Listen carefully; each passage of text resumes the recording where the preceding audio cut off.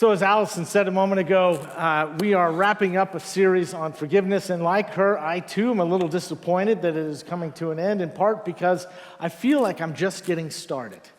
Feels like we're just taking off. It's been fruitful, and I've heard from a number of you of some of the ways and situations in which you need and want to forgive.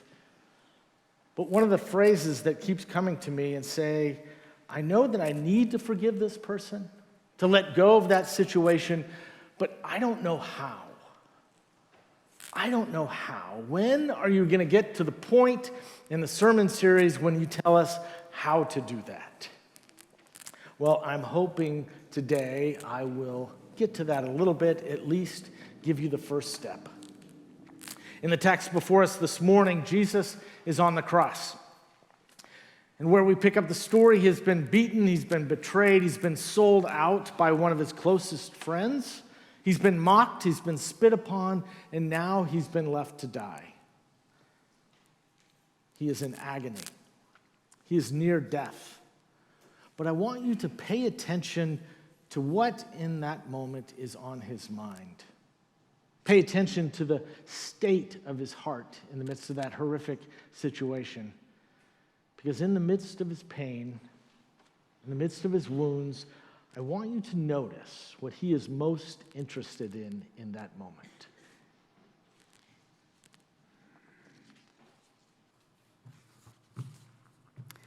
The scripture for today is from the Gospel of Luke, chapter 23, verses 26 through 34. Here begins the reading. As they led him away, they seized a man, Simon of Cyrene, who was coming from the country, and they laid the cross on him and made him carry it behind Jesus. A great number of the people followed him, and among them were women who were beating their breasts and wailing for him. But Jesus turned to them and said, "Daughters of Jerusalem, do not weep for me, but weep for yourselves and for your children.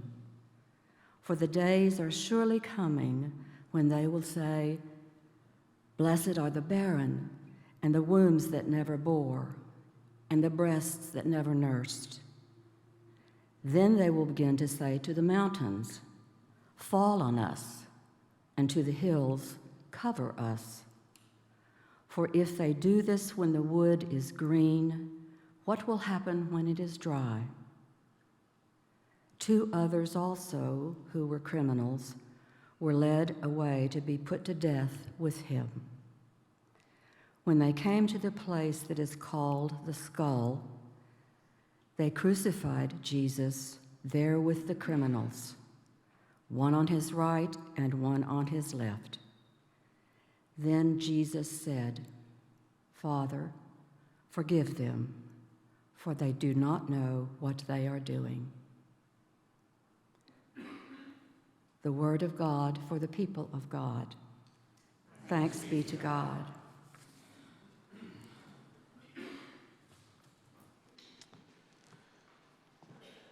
You know, when we are wronged, when someone hurts us, when somebody betrays us, it's as if in that moment somebody hands us something. This burden, they just hand it to us. It's a wound, it's an injustice. And we're just left holding it. And oftentimes our first immediate reaction is to look around for some sort of affirmation, validation that just happened. Did you see what just happened? They just wounded, they just gave me this thing. Did I miss this, or is that right? We look for that affirmation. And when we tell that story, they tell us, yeah, that's what you think it is. Our natural instinct in that moment when somebody hands us this, it creates this tension, this wondering of what do I do with it now? What do I do with this burden, with this wound, with this injustice? And the truth is that we have several different options. The first, the easiest, I suppose, is just to simply hand it back. And to say, you know what, I don't want this. It's too painful to carry, so I'm just going to give it back to you. We call that revenge. It's saying, you know what you've done has hurt me, and so now I'm going to hurt you in return. Some of you are old enough to remember that old video game Pong. How many people remember Pong? Yes, lots of you. It was video games before video games were cool, and it was basic and just, it went back and forth, didn't it? Boom, boom, boom, back and forth. That's what revenge looks like. It keeps going back and forth, and sometimes that revenge is active, right? We do what we can to hurt that person, and sometimes that Pong is passive. I'm just going to be silent. I'm going to give you the cold shoulder. I'm going to treat you like you don't exist. I'm going to create space so that somebody else can hurt you. It's what I like to refer to as relational Pong, and there's all sorts of different versions of Pong. There's office Pong, there's marriage Pong, there's family reunion Pong, there's neighborhood Pong. We just keep handing it back and forth. The second thing that we can do with it is we can hand it to somebody else. I can't go after the person that gave this to me, and so I'm going to give it to somebody else. Maybe that person is my boss, and if I were to give it back to them, that might have some sort of an effect on the duration and the amount of my paycheck. So instead, I'm going to give it to somebody else. And unfortunately, the person or the people that we often hand that to is our family, those that are closest to us, our spouse, our children, a cat. We hand it to somebody else. We've been hurt, we have this thing, and so we're just going to take it out on somebody else. Psychologists refer to this as repression, and it's just in there, and it oftentimes bubbles out in some sort of anger that is oftentimes disproportionate to the offense. Let me give you an example of that. Have you ever been stuck in traffic? And yes, traffic is horrific. It's bad, especially if you're trying to get somebody. But have you ever been more angry than the traffic deserves? You find yourself just irate about how slow everybody is driving, and you come to realize in that moment that that's not really about the traffic. It's about something else that has happened. Maybe it was long ago. My staff will tell you that the thing that I say more than anything else is the issue is not the issue. That oftentimes there is some wound that is back there that keeps coming out at these random, these irrational times. Someone has wounded us. We haven't forgiven them, so we take our pain out on somebody else. We hand it around. The third option, I suppose, is that we just sort of carry it. This burden that has been given to us, it becomes eternal. I guess this thing that happened to me, it just must be some sort of statement on my own worthiness, my own value, my own validity. Maybe you've been through a divorce, and so there's a part of you that deep inside thinks, you know what, maybe I don't deserve love. Maybe I'm beyond hope. Maybe I'm destined for a life of loneliness. We just carry that deep wound that's never been forgiven, so it's just carried around. The problem, though, is that it makes for a very limp, arduous journey, and we get exhausted trying to carry this around.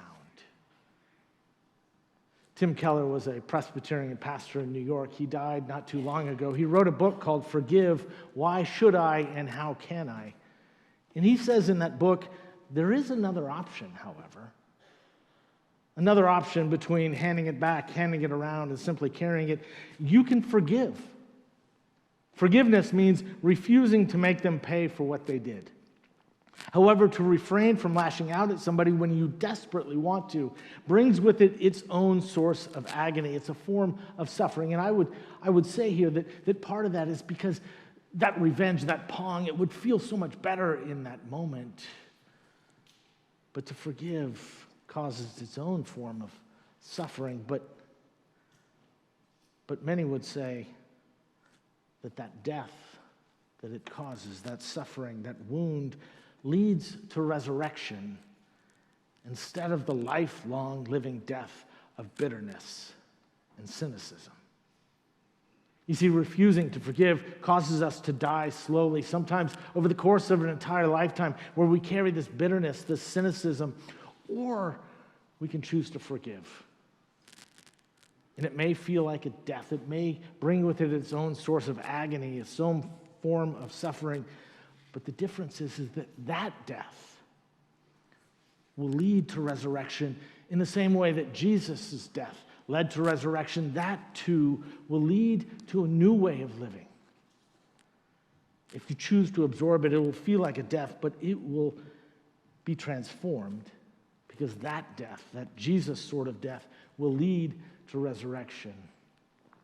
That's why if you've ever whenever you meet someone who's been abused, who's been betrayed, who has been given this horrific wound, this injustice, but yet lives and walks through the world with a sense of vitality, with a life. Nelson Mandela, for instance, when he was released from prison after 27 years, and he called on South Africans, black South Africans, to demonstrate love instead of hate, mercy instead of anger. He modeled that own mercy in his life in powerful ways. And in that moment, an entire world said, wow, we're witnessing a miracle. You see, when you see someone who is forgiving, it moves you and it stirs in you. And you realize that that person is no longer who they once were. That they've gone through that death, and yet that death has led to resurrection. It's what theologians oftentimes refer to as the Christ pattern. The Christ pattern, it's a death that leads to resurrection. And the truth is that it's one thing to believe the right things, to know all the words to the hymns that we sing, to intellectually ascend to the truth of the gospel. It's one thing to know it, to affirm it, but it's an entire new thing to live it, to carry that with you, that Christ pattern of death and resurrection. It's one thing to believe it, to know it in your heart, to live it out, is to enter into that Christ pattern of death that leads to resurrection. Parker Palmer, one of my favorite authors, once said in The Power of Paradox, the cross says the pain stops here. The cross says the pain stops here, that the way of the cross is a way of absorbing pain and not passing it on, in a way that transforms pains from a disruptive impulse into a creative power. That destructive impulse says, I'm going to hand it back to you, and you'll find out what it feels like. Or else it says, you know what, I can't give it back, so I'm going to pass it around. I'm going to take it out on other people around me. But that creative power says, I'm going to forgive you. And when I do, I will have experienced God's love, a love that is so divine, and it will transform you and it will transform me. And I will not be able to see you in the same way ever again. And in the same way, I won't be able to see myself the same way ever again either. That disruptive impulse is Pong. But that creative power, that redeeming love is what you see when you see someone who is forgiven and who knows how to forgive. They've glimpsed the divine in ways that others have. They are alive in ways that other people aren't, and they have this ocean of compassion. You see, the cross is this massive, transcendent way of saying the pain stops here. No more revenge, no more Pong, no more passing it around. The pain stops here. See, when you and I decide to forgive, we are entering into the Christ pattern. And that is where the pain stops. You know, I should probably not be allowed to watch Ted Lasso on Saturday nights. Because inevitably what happens is I see a scene and I think that's what I'm trying to say tomorrow, and then I get up early on Saturday morning and I rewrite my sermon, which is what I did this morning. Because there was this great scene that Kelly and I saw when Sam, one of the players on the team from Nigeria who owns a restaurant, and he names this restaurant after his father, and at one point in the story he speaks up against racial injustice. And the response to that, speaking out, is that his restaurant is vandalized and destroyed. And yet his father, who's visiting in town, in part to see the restaurant for the very first time, he visits, and Sam is clearly upset. And he wants revenge. He's angry. And his father said, you have to let it go. You have to do it for yourself. And then he says, your anger only weakens you. But if you really want to get back at the people who did this, forgive them. Forgive them. The best way to get revenge is to forgive them. My son, he says, don't fight back. Fight forward. The best way to get the revenge that we so desperately want, to participate in the Christ pattern, is to fight forward and to forgive. Several years ago in New York, there was a group of teenagers that used a stolen credit card to go shopping and purchased, amongst other things, interestingly enough, a frozen turkey. And that night, as they sped away, one of the teenagers, a young man by the name of Ryan, decided to throw that turkey out of the window in the getaway car into oncoming traffic. And that frozen turkey smashed through the windshield of a woman by the name of Victoria. And it didn't kill her. It came close, but it didn't kill her. She was forced to undergo 10 hours of reconstructive surgery to reconstruct her face. She had to live for a number of weeks with a tracheotomy tube. But about a year later, she surprised everybody, and she showed up for the sentencing portion of Ryan's trial. And she asked the judge in that moment to be lenient on him. She said, each day I thank God simply because I'm alive. And I sincerely hope that you have also learned from this awful experience, Ryan. And what I've come to discover is that there is no room in my life for vengeance.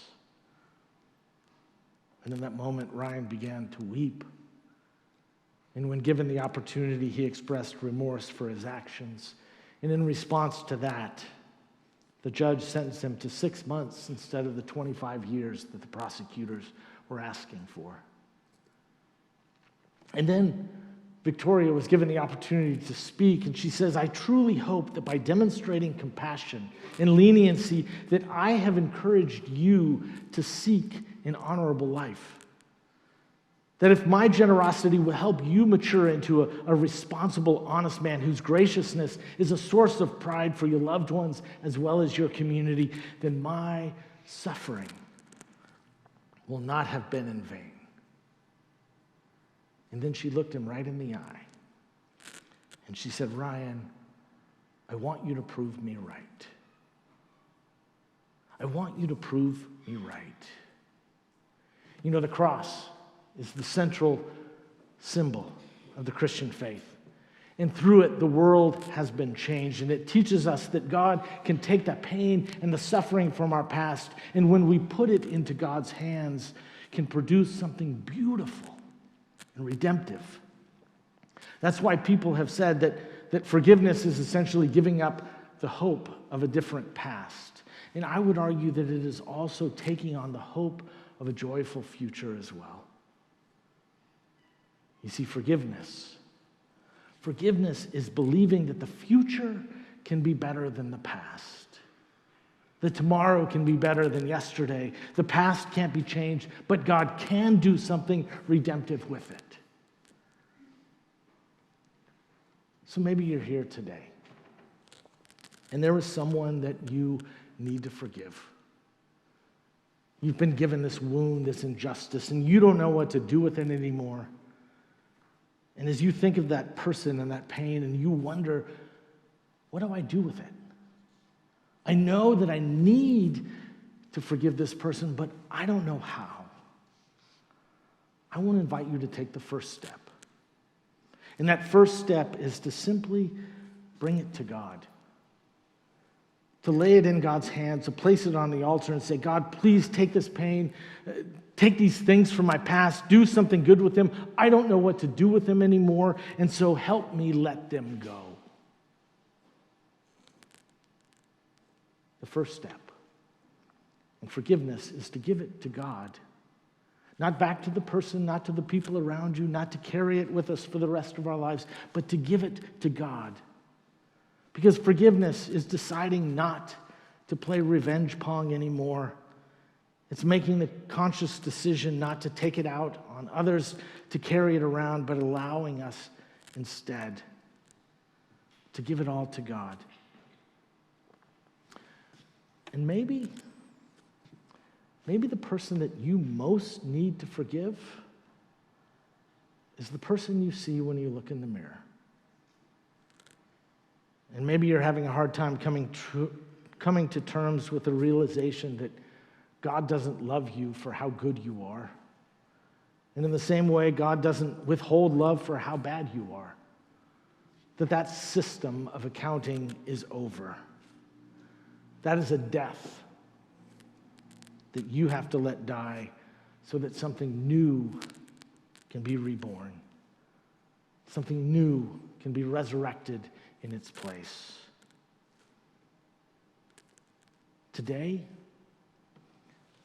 we start there.